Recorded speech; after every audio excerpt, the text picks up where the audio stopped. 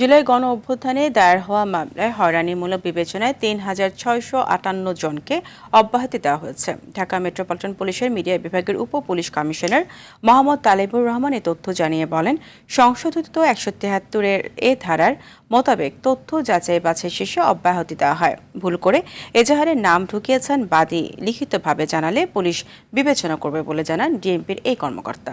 আরও জানাচ্ছেন AR বাদল। Silver টিপ কন্ট্যাক্টে তৈরি নিরাপদ ও নান্দনিক ক্লিক সুইচ নির্ভরতা জীবন জুড়ে।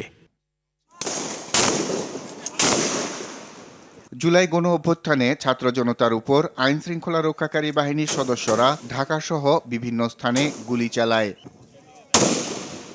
এতে প্রাণ হারান ছাত্র জনতা। বিভিন্ন স্থানে দেখা যায় লাশ আর স্বজনদের আহাজারি। ৫ আগস্ট জনরোষে টিকতে না পেরে দেশ ছাড়েন শেখ হাসিনা।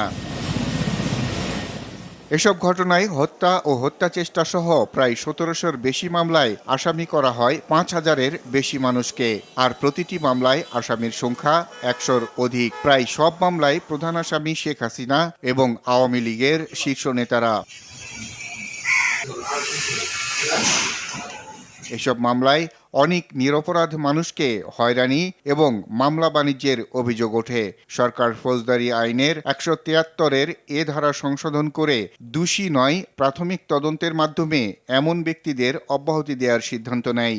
প্রি ট্রায়াল স্টেজে ওই মামলা থেকে ওই আসামিদেরকে যাদের বিষয় বা যাদের বিরুদ্ধে কোনো সাবস্ট্যান্টিভ বা সাফিসিয়েন্ট এভিডেন্স নাই তাদেরকে ওই মামলা থেকে মুক্ত করে দিতে পারবেন। ঢাকা মেট্রোপলিটন পুলিশের মিডিয়া অ্যান্ড পাবলিক রিলেশনস বিভাগের উপপুলিশ কমিশনার মোহাম্মদ তালেবুর রহমান জানান, সংশোধিত এ আইনের আলোকে অনেক মানুষকে অব্যাহতি দেয়া হয়েছে। এগুলো আমরা মামলার প্রাথমিক পর্যায়ে বিশ্লেষণ করে এবং তথ্য প্রমাণের ভিত্তিতে ৯ ডিসেম্বর ২০২৫ পর্যন্ত ৩,৬৫৮ জন তাদেরকে মামলার যে এজাহার থেকে অব্যাহতির জন্য সুপারিশ করা হয়েছে। ফৌজদারি কার্যবিধির যে নতুন সংশোধিত যে ১৭৩-এর এ ধারা সেই মোতাবেক প্রক্রিয়াটি চলমান জানিয়ে ডিসি মিডিয়া বলেন, বাদী সুপারিশ করলেও নাম প্রত্যাহারের বিষয়টি আমলে নিবে সংশ্লিষ্টরা। এটা যদি বাদী লিখিতভাবে জানান যে তিনি ভুল করে কাউকে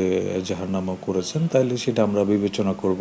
AR বাদল, RTV, ঢাকা।